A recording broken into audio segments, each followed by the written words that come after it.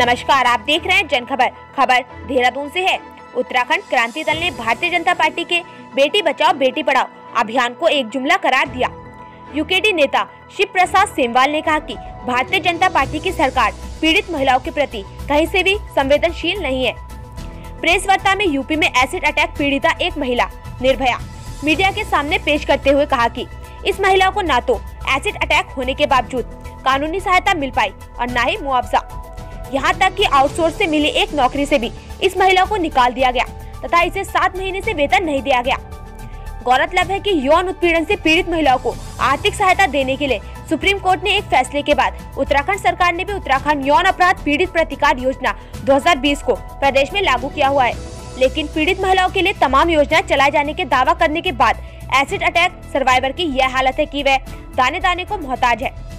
उत्तराखंड क्रांति दल ने हरिद्वार में भीख मांगने को मजबूर महिला हंसी की दयनीय स्थिति को लेकर भी भाजपा पर जमकर सवाल खड़े किए। उत्तराखंड क्रांति दल युवा मोर्चा की जिला अध्यक्ष सीमा रावत ने कहा कि हंसी के साथ फोटो सेशन कराने और सुर्खियां बटोरने के बाद सरकार ने यह घोषणा की थी कि इन्हें नौकरी दी जाएगी और हरिद्वार मेयर ने कहा था कि उन्हें आवास दिया जाएगा। लेकिन हकीकत यह है कि वह महिला आज भी हरिद्वार के बस अड्डे पर घूम रही है।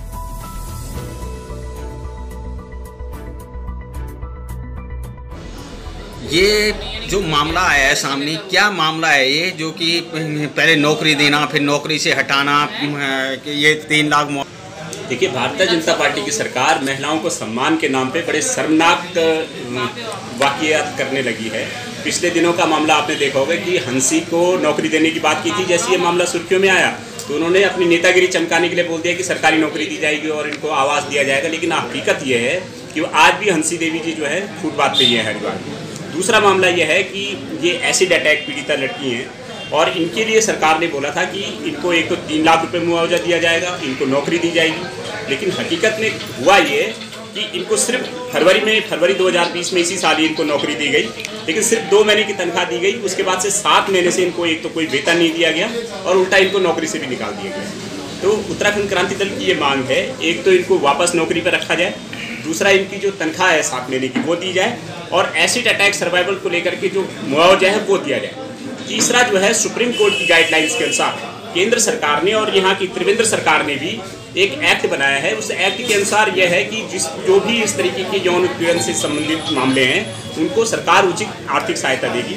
तो जब सरकार ने इसको एक्ट बना दिया है, वो एक्ट लागू कर दिया है, तो मेरी समझ में बात ये नहीं आती कि सरकार को ऐसे जो पीड़िताएं हैं इनको मुआवजा देने में, इनकी मदद करने में क्या क्या परेशानी है। तो हम लोग चाहते हैं कि उस एक्ट का पालन किया जाए, उस एक्ट को यहाँ सख्ताई से लागू किया जाए और जो भी इस तरीके की आर्थिक सहायताएं वगैरह है वो तत्काल दी जानी चाहिए ताकि इनका जो है रहन सहन कुछ हद तक तो चल सके। आपके पास एसिड अटैक का सर सन 2007 का तो क्या मामला था ये मेरे पे एसिड अटैक हुआ था जी। उसके बाद मैं अपने मायके साथ में ही हूँ अपने माँ बाप के, और फिर मुझे ये नौकरी दी गई थी जिस कारण ना मुझे सैलरी मिली। 380 कर्मचारी हैं, किसी को भी इन्होंने ना सैलरी दी और नौकरी से भी निकाल दिया। तो इस कारण हम सब लोग बहुत आर्थिक रूप से परेशान हैं। ना हम पे देने के लिए किराया है पूरे का और हमारी आर्थिक स्थिति बहुत खराब है। तो जो सरकार ने मुआवजा देने की बात करी थी उसका क्या हुआ? सर, ये मुआवजे का ये मेरे पे ये न्यूज कटिंग है जिसमें हरीश रावत ने बोला था कि मैं 3 लाख रुपए मुआवजा दूंगा। सर, ये मेरे पे है, ये पेपर न्यूज में उन्होंने छपवाया था यहाँ पर, लेकिन अभी तक कोई इस पे हमने आज तक नहीं सुना कि मुझे तो आज तक कोई मदद नहीं मिल पाई।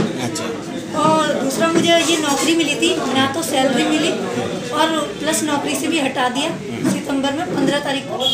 और जैसे कि हमसे एक नौकरी मुझे दी गई थी बाल विकास में और काम हम पे डबल करवाया जाता था। OSC का काम भी करवाया जाता था, राष्ट्रीय महिला हेल्पलाइन का भी काम करवाया जाता था और राष्ट्रीय महिला हेल्पलाइन में कहकर मुझे नौकरी दी थी। अब आप क्या चाह रहे हैं? मैं चाह रही हूँ कि मुझे तुरंत वापस नौकरी पर रखा जाए और हमारी तुरंत 380 कर्मचारियों की तुरंत सैलरी मिले।